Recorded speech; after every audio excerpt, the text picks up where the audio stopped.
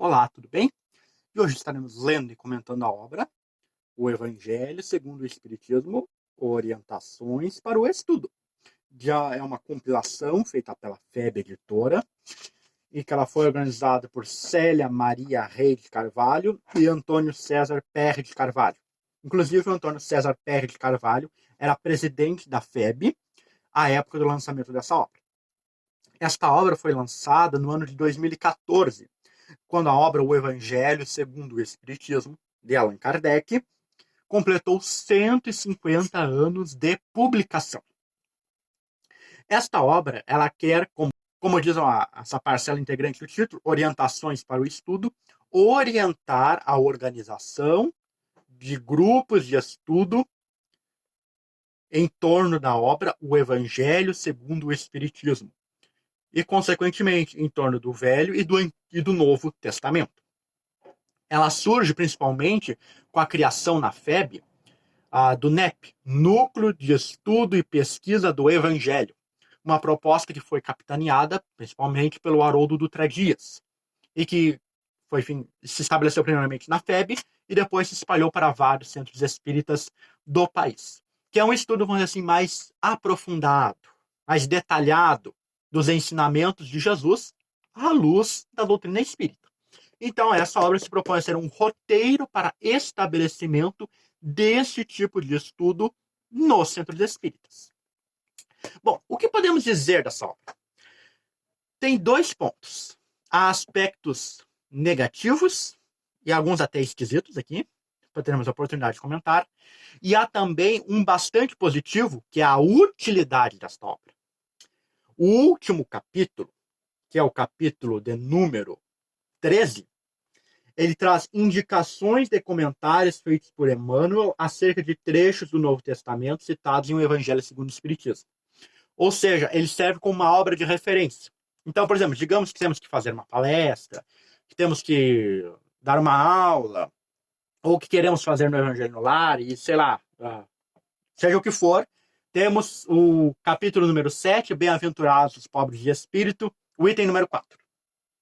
Eu posso vir aqui, abrir nesse último capítulo, encontrar aqui capítulo 7, Bem-aventurados os pobres de espírito, e para o item número 4, temos aqui os comentários de Emmanuel. Claro, e aqui sempre é referente a itens que têm citações evangélicas.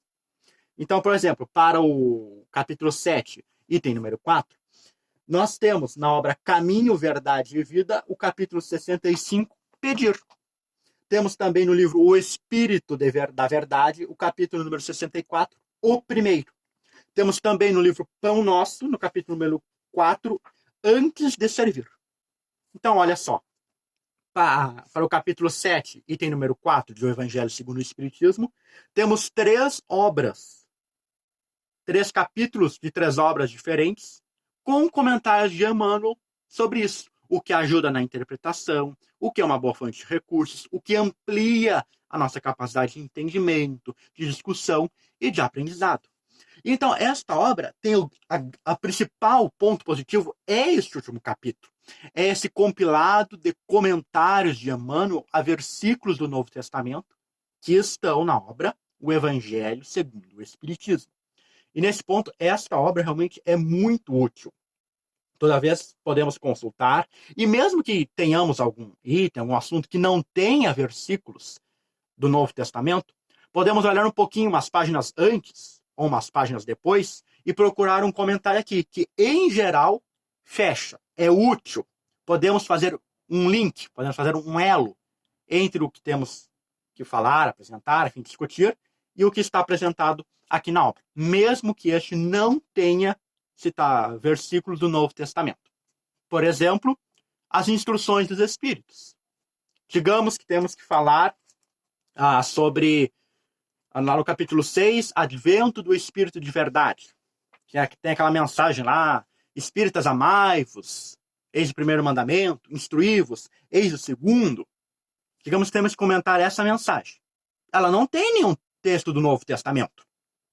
Consequentemente, se eu for procurar aqui, capítulo 6, item número 4, não tem nada. Mas vejamos, olha aqui, ó, eu posso ir no item número 3, que tem versículos do Novo Testamento, e vou encontrar com certeza, correspondências que eu posso usar para palestra, para aula, para o estudo no Evangelho no Lar, ou para o estudo mesmo do Evangelho aprofundado, como essa obra propõe. Então, nesse sentido, esse capítulo realmente é muito precioso. E agora falaremos do que não é tão bom nessa obra. Os capítulos que precedem esse que eu estava citando aqui, o número 3, seja o capítulo número 1, número 2, número 3, número 4, aí vai. Muitos deles não são tão grande coisa assim. Eles não agregam muito, na minha opinião. Alguns são muito bons. Por exemplo, nós temos um capítulo aqui escrito pelo Henrique Eliseu Baldovino, que é um pesquisador espírita, que ele traz as características dos evangelhos. Ele explica quem é João, quem é Lucas, quem é Mateus, quem foi o Marcos, como é que é o evangelho de cada um, usa referências espíritas, das obras principalmente da Amélia Rodrigues, para se fundamentar. Embora até eu gostaria que fosse um pouco mais profundo, ele ficou bastante na superfície, assim, não se aprofundou muito, mas traz vários esclarecimentos bastante importantes. Alguns outros aqui eu não vi assim muita utilidade. Confesso que, vamos dizer assim, disseram mais do mesmo. Então eu fiquei me questionando qual era a utilidade desses capítulos. E tem um particular que me chamou muita atenção. É o capítulo número 7, intitulado O Evangelho segundo o Espiritismo, Análise de sua Constituição, e que foi escrito por Nilza Teresa Rotter Pelá. Bom, por que eu estou citando especificamente este capítulo? Porque eu não concordei muito com o que ela fez aqui. Vou tentar me explicar por quê. O que ela se propõe aqui? A dar uma sequência, uma explicação da ordem dos capítulos do Evangelho segundo o Espiritismo. Por exemplo, por que o capítulo 1 é o número 1, por que o número 2 é o número 2? Por que Kardec não fez uma ordem diferente?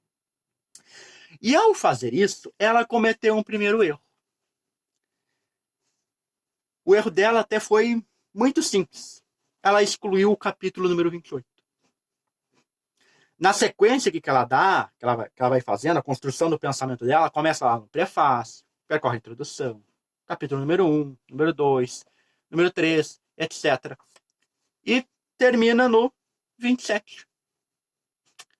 Por que excluir o capítulo número 28 de O Evangelho segundo o Espiritismo?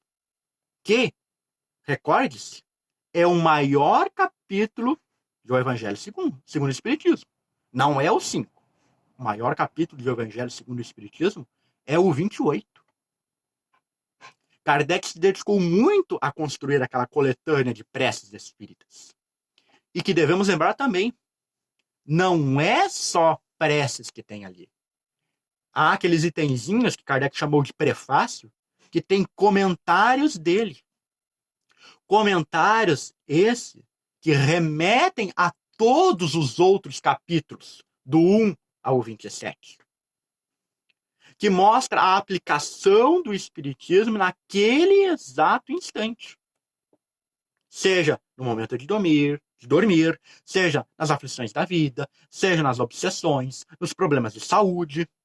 Tem uma explicação ali notável, aplicada a um problema, diretamente.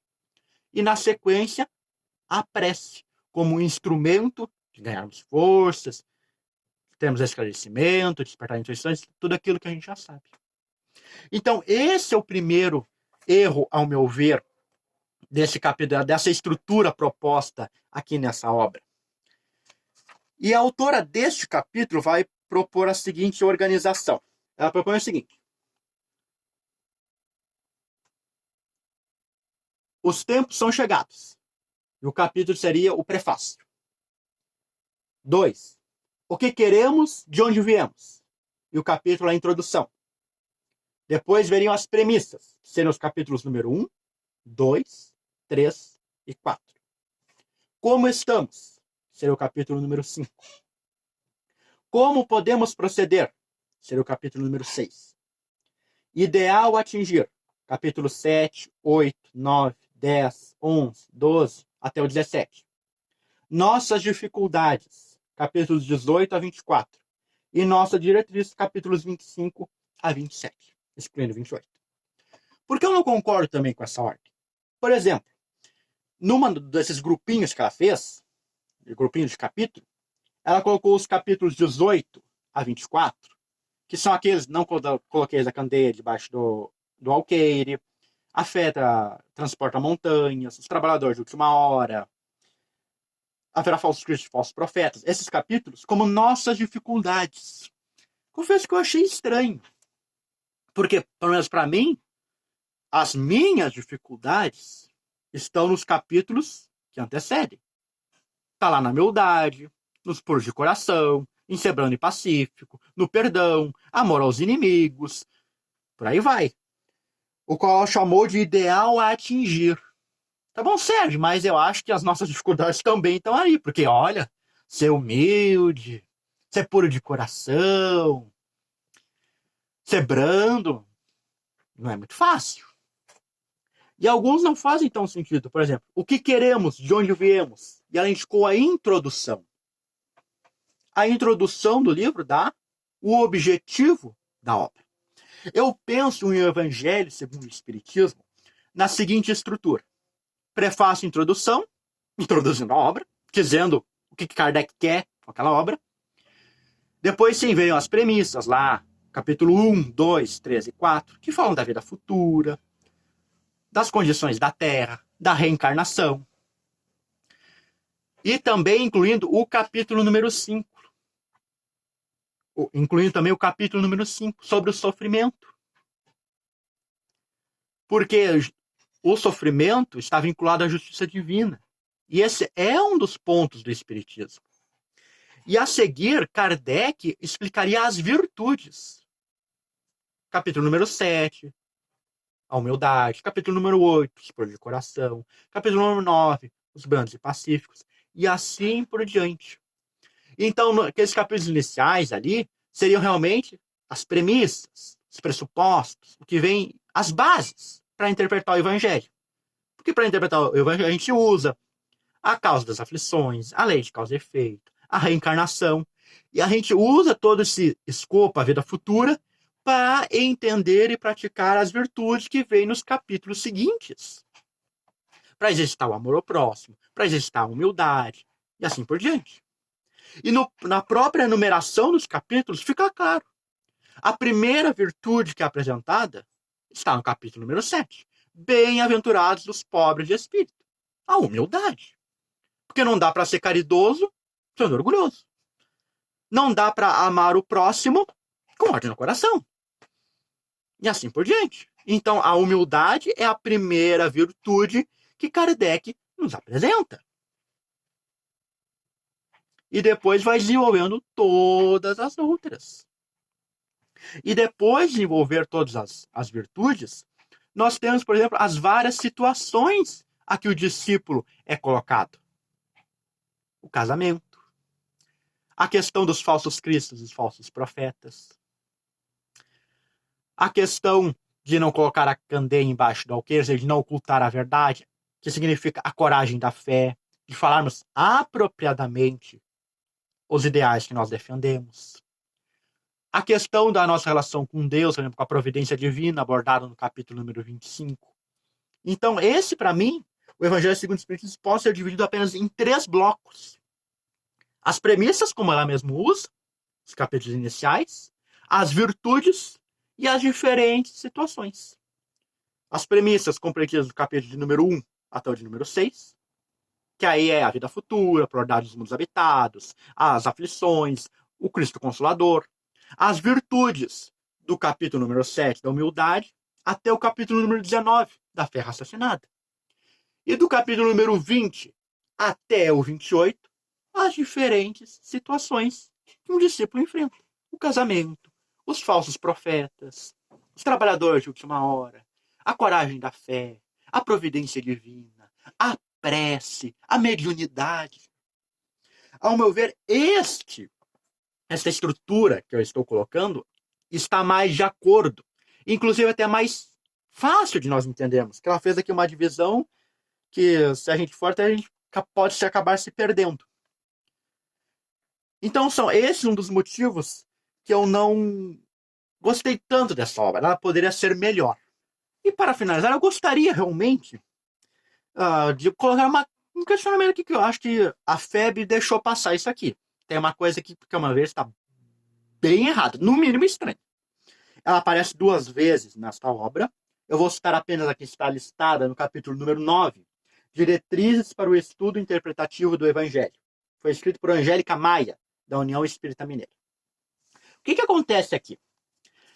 Ela vai se propor nesse capítulo, e até um capítulo, até um dos que eu considero que eu gostei, que eu aprovo, concordo com praticamente tudo que está aqui, que ela vai propor um roteirinho de como fazer as reuniões de estudo do Evangelho. E tem uma nota aqui. Uma nota que fala dos princípios fundamentais do Espiritismo.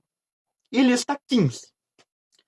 E tem, claro, realmente, princípios aqui conhecidíssimos. Deus, reencarnação, perispírito, justiça divina, etc. Mas tem um princípio aqui que eu nunca ouvi falar na minha vida. E olha que eu já tenho, não quero me gabar, mas já tenho no mínimo uns 23, 25 anos de espiritismo. Imortalidade dos mundos habitados. O que é? Eu conheço imortalidade da alma. Isso aí aprendi, isso aí falo, isso aí, olha. Tá sempre. Agora, imortalidade dos mundos habitados? Eu desconheço Kardec ter empregado esse termo de qualquer forma que seja. E como ficaria esta questão se lá em A Gênese, e eu digo que também é uma confirmação da ciência, diz que, por exemplo, o planeta Terra tem um período que ele vai acabar? Pelas leis cósmicas lá, que o Sol vai expandir, vai se tornar uma anã branca, tem toda uma explicação e que a vida na Terra, como nós conhecemos hoje, não existirá mais. Que história é essa de imortalidade dos mundos habitados? Eu nunca ouvi falar desse princípio. Muito menos que ele seja um princípio do Espiritismo. E o que me preocupou, porque isso podia ser, sei lá, uma erro de digitação, um equívoco, mas ele apareceu exatamente esta nota uma outra vez na obra. Me desculpe a autora e aos demais aqui, mas para mim, imortalidade dos mundos habitados, além de não ser um princípio do Espiritismo, é um conceito errado. E você o que acha? Já ouviu falar em imortalidade dos mundos habitados? Comenta aqui embaixo, eu quero saber. Quero saber mesmo. Muito. Então, meus queridos, fica então a recomendação de uma obra que é boa para consulta, para fazer umas palestras, para fazer uns estudos, aulas, que nos dá assim, um bom roteiro para estudarmos o Evangelho segundo o Espiritismo, mas que poderia ser uma obra melhor. Confesso também que essa obra depois recebeu uma segunda edição, e eu não sei se teve modificações ou não. Eu comprei quando ela teve o lançamento dela. Não se esqueça de deixar o like para ajudar na divulgação do canal, compartilhe também o vídeo, e clica aqui ó, no botãozinho de inscrever, ativa o sininho para receber notificação de todos os vídeos. E aqui vai aparecer ainda 2 outros vídeos do seu interesse. Clica lá para a gente continuar lendo e comentando. Te vejo no próximo vídeo. Até a próxima!